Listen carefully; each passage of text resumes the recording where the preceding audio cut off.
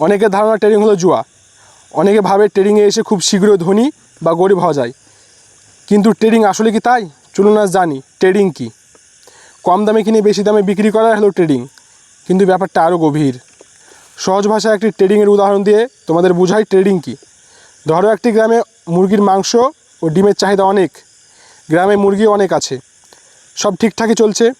হঠাৎ করে গ্রামের রোগ ছড়িয়ে পড়লো, অনেক মুরগি মারা গেল। কিন্তু মানুষের খাওয়ার চাহিদা তো আর কমে না, ডিম ও মাংসের চাহিদা আগের মতো রয়ে গেল।